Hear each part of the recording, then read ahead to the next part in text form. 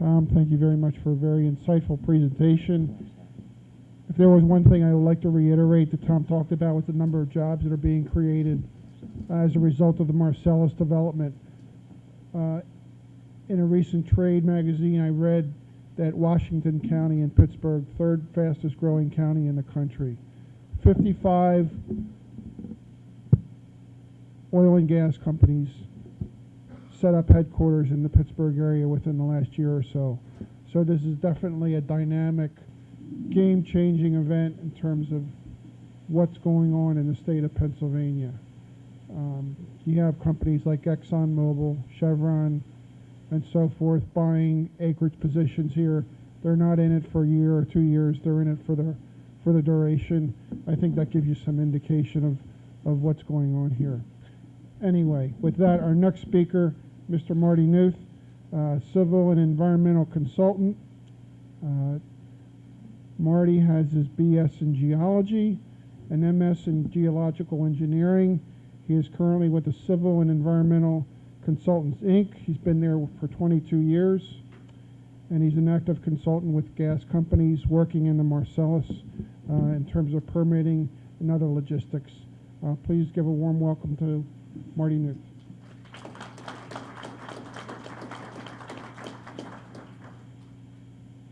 Thanks. Those were two good presentations, kind of a hard act to follow. Some of the information that I have in my presentation will be kind of dovetailing both presentations you've heard before. A little bit of repetition, but some things filling in some gaps and giving you some more information. Again, my name is Marty. I'm with Civil and Environmental Consultants. We're headquartered in Pittsburgh. We just heard about all the growth around Pittsburgh, and I can tell you it is happening. The area just south of Pittsburgh along I-79, if you're familiar with that area, Cannonsburg, is becoming the hub of the Marcellus area for all the headquarters. Law firms are moving in. They're putting up new buildings. It's just going crazy, primarily in Cannonsburg.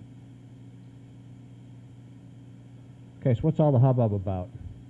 Well, that's it. That boring black rock. A couple cracks in it, but other than that, it's not much to look at. Marcellus Shale was named after the town outside Syracuse, New York, Marcellus, New York, which is where it was first discovered and explored. That's how the shales get their name. The Utica Shale was identified outside Utica, New York. So that's how the naming convention arrives. But that's what it looks like. It's kind of a boring looking rock. Not much to look at. Okay, this is a map that shows you kind of an overlay of both the shale plays that we're talking about tonight. The yellow line on the inside here is kind of the limits of the Marcellus, and the green area that you see on the outside is the extent of the Utica. And like was mentioned before, the Utica lies below the Marcellus.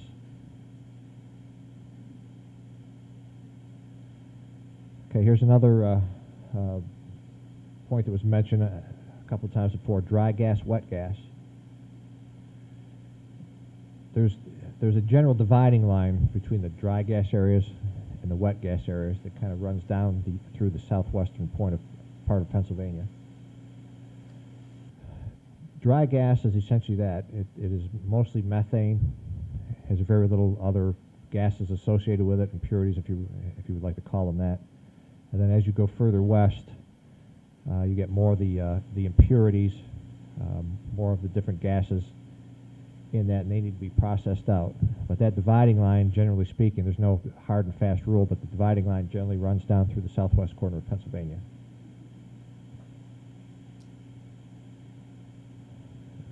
Breakdown of wet gas. You can see that typical wet gas is approximately 3/4 methane and 1/4 of other gases that are in liquid form. And if you take that 25% wedge here and break it down further, you got a large part of it is ethane, and then increasing levels of carbon in the gases. Methane is 1 carbon, ethane is 2, propane is 3, butane, and they increase from there. You can see that there's a whole bunch of other gases that are in the wet gas that are processed out in order to get the methane to a grade where it can be put into the distribution system and burned in your home.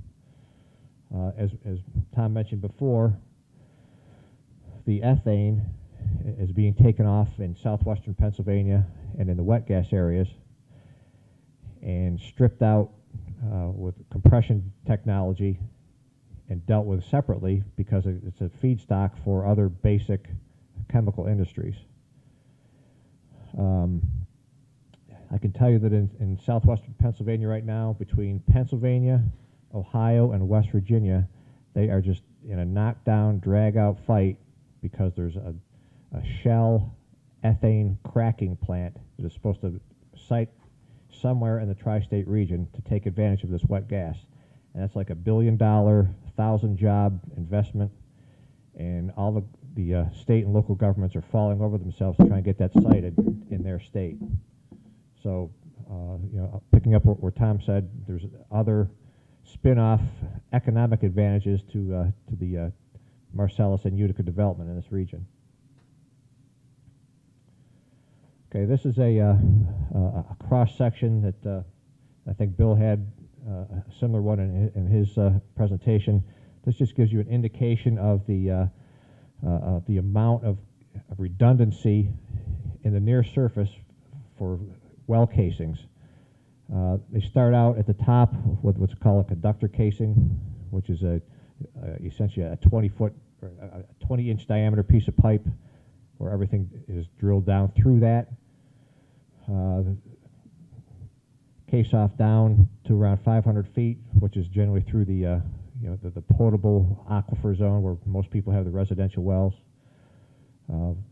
Casing further down through that to get through mines and other geologic sequences. And all of these spaces between all these pipes are filled with concrete. They pump concrete down the inside of it, pressurize it, it goes back up the outside of the casing and runs up outside the casing and fills the space between the casing and the hole itself, or between casings, which is called the annular space. And that is how the formation fluids and the gas are kept in the casing itself, and things don't migrate out or in, as the case may be, from your well bore. Now this is a scale representation, and I have this on a pull-up that I take with me. It stands 6 feet tall, and it's really an eye-catching sort of display. When people see it, they stand up there and say, "Wow, that's a long way down," and it is a long way down. You're talking anywhere from 8 to 10,000 feet below ground. So here's ground surface, here's a drill rig, and the Marcellus is all the way down here. Now the resolution on this is not all that good, but you can see the well casing coming down through here, and it turns right around through here. It goes horizontal into the Marcellus or the Utica, as the case may be. The technology that's used in this horizontal drilling is absolutely unbelievable. They can control the drill head to within inches of where they want to be, up, down, side to side. It's unbelievable. So they have fantastic control over what portion of the shale they want to hit. There are sweet spots in the shale where they want to be, put the horizontal bore through it because there's more gas in there. So they can steer this thing up and down to follow that sweet spot. Like I said, down to the nearest inch. It's unbelievable. And the horizontal bores now are going anywhere from 8 to 10,000 feet. I think maybe people might be pushing that, but I think the most is around 10,000 feet now.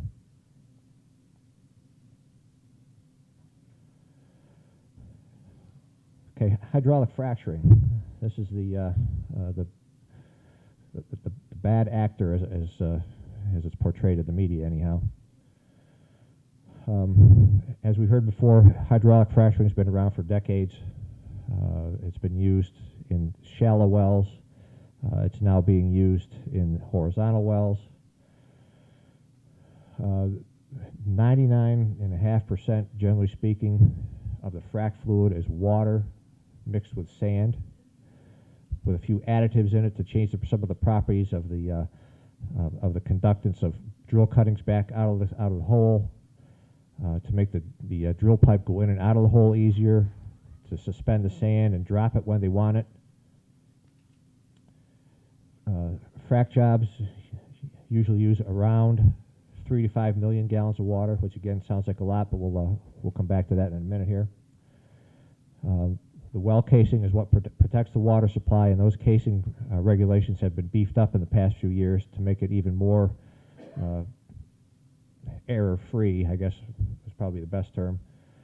And the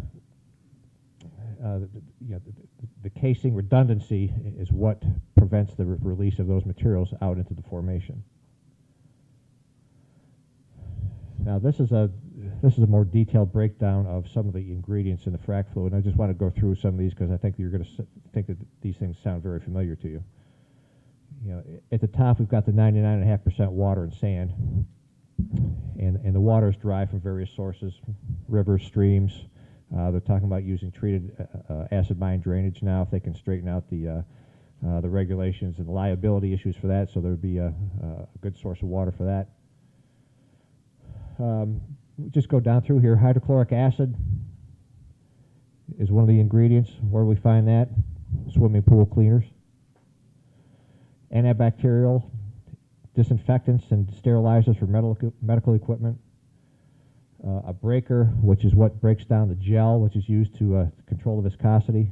It's used in hair coloring and household plastics. A corrosion inhibitor, pharmaceuticals, acrylic fibers and plastics. A crosslinker, which is another compound that changes the viscosity of the drilling fluid. A gel, guar gum. Anybody know where you see guar gum? Ice cream. That's what makes your ice cream creamy. Citric acid, food additive. That's a pH adjustment. Clay stabilizer, potassium chloride. That's a low sodium table salt substitute. So if those of our at high blood pressure, use potassium chloride for salt. That's what's in frac fluid. pH adjustment, laundry soaps, detergents, water softeners, and dishwasher detergents. Scale inhibitor, ethylene glycol. Does that sound familiar? Antifreeze. Yep, it's in your car. Surfactant, isopropanol. Does that sound familiar? Rubbing alcohol. Okay, buy it off the shelf at the drugstore, right? Put it all over me. Okay, so these are some of the ingredients that are in frac fluids. You know, there are other ingredients that are maybe less familiar, but there's nothing really scary about what's in frac fluid. Okay, some technical information. This is a graph that I got out of one of the many oil and gas periodicals that come across my desk, and this is a graph of depth on this side and thousands of feet, and this line going across here, the red line represents the actual depth of the horizontal well bore, and you can see that down here is around 8,500 feet, and this goes up to, you know, give or take 6,000 feet or so. This graph represents microseismic data generated by the oil and gas industry, by the petroleum engineers that work for them, that is deciphering how extensive the fractures are from the horizontal bore. Okay, this is a very exact science, petroleum engineering. They do computer modeling. They do microseismic and pre-seismic or pre-drilling seismic surveys to figure out where to drill. So they are trying to control these fractures as much as they can and know where they're going so that they get the best yield out of the well. That's what they're after. They're after the gas, right? So you can see from this graph, whoops, that, you know, the red line is the horizontal bore, and these spikes that you see here are the vertical extent of the vertical fractures from that horizontal bore. And you can see up in here at the top of this blue kind of jagged line here is a representation of the typical depth to potable groundwater. Okay, so you can see that most of these are, here's 1,000 feet. Most of these are 500 feet or less. That's where most people's water wells are, generally speaking. And in all these cases, the extent of the vertical fractures is only a few hundred feet from the horizontal bore. So you've got 4 to 5 to 7, 8, maybe more 1,000 feet that's not fractured. It's still solid rock. Okay, so for for someone to say that the fracturing, the hydraulic fracturing mechanism and program is affecting shallow groundwater, it's just not happening. Like Bill said, most of the issues are surface issues, casing issues, which are being addressed more with better practices and more regulations. Now this is kind of an artist rendition, I guess, of a horizontal well. Wells up here at the ground surface, comes down through the geology, makes its turn, comes horizontal, and you can see the well bore here. And this is kind of like an artist representation of the horizontal fractures, sorry, the vertical fractures that extend off the well bore. And you can see they're kind of discontinuous. It's not an exact science. The properties of the rock change and things like that. But you can see that they don't go anywhere near the surface. And this is a blow up that shows kind of the propping agent, which is a sand that they inject in there. It's a quartz sand that's mined mainly in the Midwest and trucked in here and shipped in here as fast as they can get it.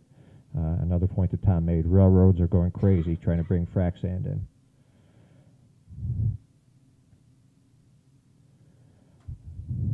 Some quotes from some of the regulators. Here's EPA. I'm not aware of any proven case where fracking process has affected water. Pennsylvania. Never been any direct evidence of fracking causing direct contamination of fresh groundwater in Pennsylvania or anywhere else. Ohio. After 25 years of investigation, not documented a single incident involving contamination of groundwater attributed to hydraulic fracturing. In Alabama, no documented cases of groundwater contamination. So the regulators know that's it's not hydraulic fracturing per se. Wastewater. Yes, we pump down several million gallons of water with various chemicals in it. When it's down in the hole, it also picks up chemicals, comes back up. Most of those contaminants are salt and other dissolved solids. As mentioned before, there are stringent regulations for discharge of those waters, and in fact, most of that water is now collected and recycled. There was a big hubbub about a year ago about naturally occurring radioactive materials being in the water. DEP went out, tested waters downgrading or downstream of the POTWs that were taking the sewage treatment plants that were taking the water, tested the water in the discharge, found no indication of high levels of radioactivity, so that went away. Water usage. This is a chart that compares water usage to the BTUs we get in energy. Okay, here's shale gas. Let's just, for simplify discussion, let's just look at this over here. For shale gas, it takes 3 million gallons it takes 3 gallons of water for 1 million gallons of BTUs. For nuclear, it's 11 gallons per million BTUs. And you can see these numbers jump up crazily for ethanol from corn, okay, and biodiesel from soy. Okay, that's one of the reasons the government has to subsidize them. Okay, it's an inefficient fuel. Just a couple more slides here. There was a comment made about some comments that you hear from people about lack of environmental regulation in the state. Compared to Texas, the folks that are coming up here from Texas are getting a new indication of what it means to be regulated. These are just some of the bureaus and departments that have regulatory authority. We've got the DEP, Department of Agriculture, Fish and Boat Commission, Delaware River Basin Commission, Natural Resources, USGS, U.S. Army Corps of Engineers, Fish and Wildlife Service. Of course, we've got to get the feds in there. Susquehanna River Basin Commission, not to mention local, county regulatory agencies and folks that are trying to put some zoning limitations on things. This is a list, probably a partial list, of the regulations that affect just hydraulic fracturing. This is not drilling, this is not production, this is not wastewater treatment, this is just hydraulic fracturing. Okay? These are all essentially DEP regulations. Susquehanna River Basin has their own. Delaware River Basin has their own, and all these interact. So for someone to say that it's not regulated enough, I think this provides a little bit of a different viewpoint. So to summarize, fracturing occurs at depths thousands of feet underground, 8 to 13,000 generally speaking. It contains many household ingredients that we're all familiar with. It's really a one-time injection of 4 to 5 million gallons of water that comes back out, a lot of it initially and a lot more of it over time. So it's not staying down there forever. Fractures are created that only extend several hundred feet from the borehole, so they do not come up to the ground surface. And the fracturing fluids are returned to the surface over time, collected, recycled, and disposed.